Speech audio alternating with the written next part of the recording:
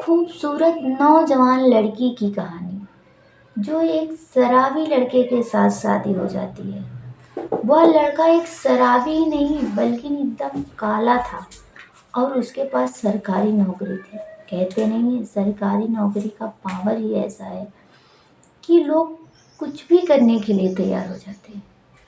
यही हालात उस लड़की के साथ भी हुआ कि वो इतनी खूबसूरत, इतनी हैंडसम और उसका हस्बैंड जो उसका पति बोला जाता है वो एकदम काला, एकदम कौवे की तरह, लेकिन उसके पास धन दौलत रुपया पैसा था।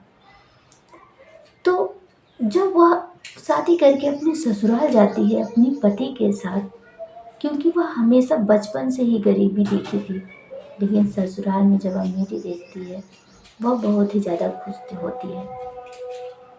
जब वह ससुराल जाती है अपने, तो बहुत ही ज़्यादा खुश थी, उसके चेहरे पे बहुत ही ज़्यादा मीठी मुस्कान थी।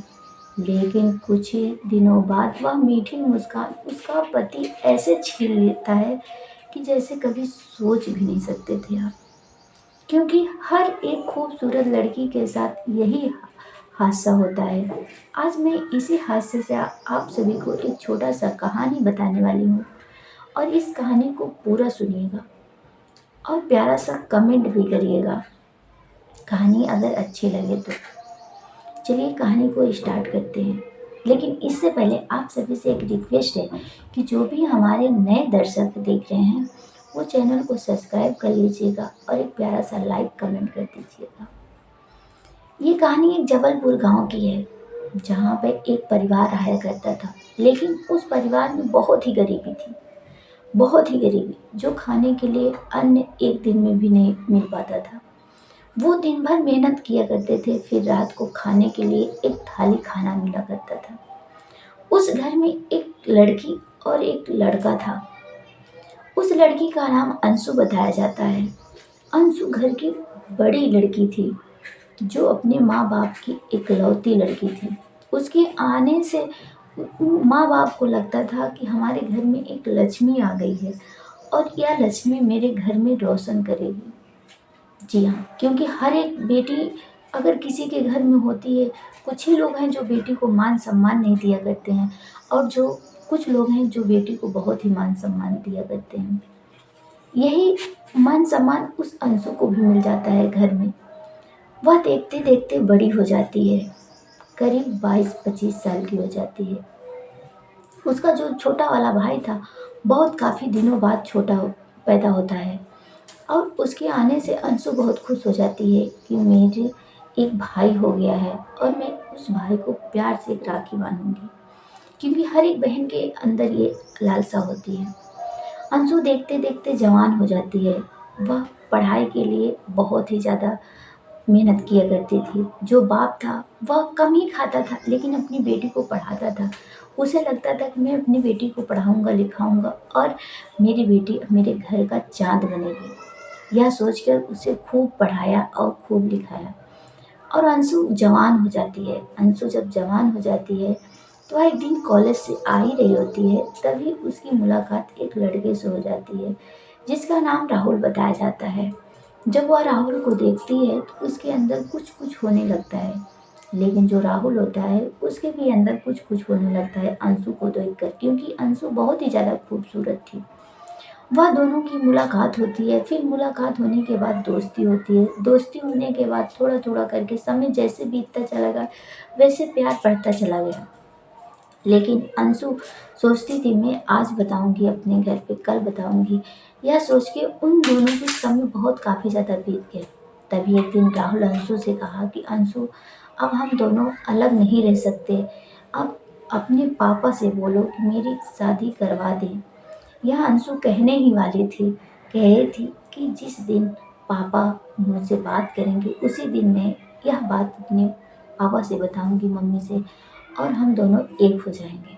अंशु इंतजार ही कर रही होती है, लेकिन जो अंशु का बाप होता है वह सोचता है कि हमारी बेटी बड़ी हो गई है, अब मुझे इसका रिश्ता कहीं कर देना चाहिए, क्योंकि जवान बेटी अगर ज़्यादा दिन तक बाप के घर रहे तो वह उसके अंदर एक कलंक लग जाता है। यह बाप सोचकर अंशु के रिश्ते के लिए निकल पड़ता है। वह जहाँ भी जाता था उसे ठुकरा दिया जाता था, क्योंकि कोई 10 लाख 50 लाख और 4 पहिए गाड़ी मांगता था। वह देने के लिए तो थोड़ा भी उसके पास कुछ नहीं था, बस खाने के लिए कि खाना मिल जाए, बहुत यही था। वह ढूँढते-ढूँढते चला आता है और जब भी घर आता था वह बहुत ही ज़्यादा उदास हो जाता था। और जब वह उसकी माँ पूछती थी तो वह रोते हुए कहता था कि हमारी बेटी का क्या रिश्ता होगा नहीं। लेकिन माँ जो होती थी वह कहती थी कि मेरी अंशु इतनी खूबसूरत है और मेरे अंशु के लिए क्या भगवान किसी रिश्ता नहीं बनाया है। तभी अचानक उसके घर के पास एक रोड होता है और वहाँ बारिश खूब तेज़ी तेज़ी से होने लगती है। लेकिन समय की बात सोचो, वह समय ऐसा मिलता है अंशु को कि अंशु एक ही पल में अमीर बन जाती है। वहाँ एक बड़े घर का मालिक जा ही रहा होता है, रास्ते में जब बारिश होने लगती है अंशु के घर के सामने वह अपनी गाड़ी रोकता है और दौड़ते हुए अंशु के घर की तरफ आता है और आने के बाद कहता है कि मुझे थोड़े समय दे दो, बारिश ख़त्म होगी तभी मैं चले जाऊँगा। जब वह उसका बाप अंशु का देखता है, कहता है यार तू मेरे बचपन का जिगरी दोस्त है और तू ऐसे कह के चला जाएगा, मुझे अच्छा नहीं लगेगा। जब वह दोनों मिलते हैं, दोनों में खूब बातें होती है और बातें होने के बाद जब अंशु पानी लेकर आती है, वह अंशु को देखते हैं तो वो अंशु के देखते ही रह जाते हैं। कहते हैं कि तुम्हारी बेटी इतनी जवान हो गई है, तुमने कभी बताया ही नहीं, इतनी खूबसूरत है। वह कहता है, जो अंशु का बाप का दोस्त होता है वह अंशु का हाथ मांग लेता है। कहता है कि अब तुम अपनी बेटी मेरे घर की बहू बना दो और दोस्ती रिश्तेदारी में बदल जाएगी। जब यह अंशु का बाप सुनता है, अंशु का बाप बहुत ही ज़्यादा खुश होता है। दोनों में रिश्ते पक्के हो जाते हैं। जब अंशु का बाप शगुन लेकर अंशु के ससुराल जाता है तो वहाँ देखता है इतनी बड़े घर और इतना धन दौलत रुपया पैसा, मेरी अंशु जाएगी तो बहुत ही ज़्यादा खुश रहेगी। लेकिन समय कहाँ तक ला देता है ये किसी को नहीं पता था। अंशु का रिश्ता तय हो जाता है और अंशु उसी दिन अपने प्यार को बताने के लिए अपने बाप के पास आती है दौड़ते हुए शाम को। और जब आती है तो वह कहती है कि पापा मुझे कुछ आपको बताना है। लेकिन इससे पहले अंशु कुछ कह पाती, उसका बाप कहता है कि अंशु मैं भी तुम्हें कुछ बताने वाला हूँ। अब चाहे तुम पहले बताओ चाहे मैं पहले बताऊँ, बात एक ही होती है। अंशु कहती है नहीं पापा पहले आप ही बताओ। वह जब यह कहती है अंशु, उसके बाप जो होता है अंशु का, वह कहता है कि अंशु तुम्हारा रिश्ता इतने बड़े घर में तैयार हो गए, मतलब करके आया हूँ कि तुम कभी सोच भी नहीं सकती थी। यह जब बात अंशु सुनती है वह हैरान परेशान सी हो जाती है। वह अपने प्यार को छिपा लेती है। लेकिन कुछ समय बाद बाप कहता है कि बेटा तुम ही अपना बताओ कौन सी खुशखबरी है। अंशु कहती है पापा यही खुशखबरी थी जो आपने बता दिया, क्योंकि अंशु हमेशा अपने बाप की गरीबी देखी हुई थी और चेहरे पे मुस्कान नहीं देखी थी। उस मुस्कान को देखने के लिए अंशु तरस गई। कहती है कि मेरा बाप इतना खुश है, इस रिश्ते को लेकर मैं अपने बाप की मुस्कान कैसे छीन सकती हूँ। यह सोचने लगती है और कुछ अपने प्यार को इज़हार नहीं करती है, बाप से चली जाती है वापस, मतलब बाप के पास से। और जब वह वापस जाती है राहुल को कहती है कि राहुल मैं अपने प्यार को यहीं से त्याग देती हूँ और मेरा प्यार यहीं तक था और हम दोनों का अब मिलना जुलना बंद होता है। वह बंद कर देती है राहुल से मिलना जुलना और दोनों में दूरियां बढ़ जाती हैं। लेकिन जो अंशु का पति होने वाला था वह बहुत ही ज़्यादा शराबी था और शराबी था, सरकारी नौकरी वाला तो था लेकिन बहुत ही कालापन था। उन दोनों में शादी हो जाती है। शादी को कुछ ही दिनों बाद जब अंशु ससुराल में जाती है तो देखती है इतना बड़ा घर और इतनी धन दौलत वो कभी देखी ही नहीं थी अंशु। लेकिन अंशु की खूबसूरती उसके आगे सब कुछ फेल था।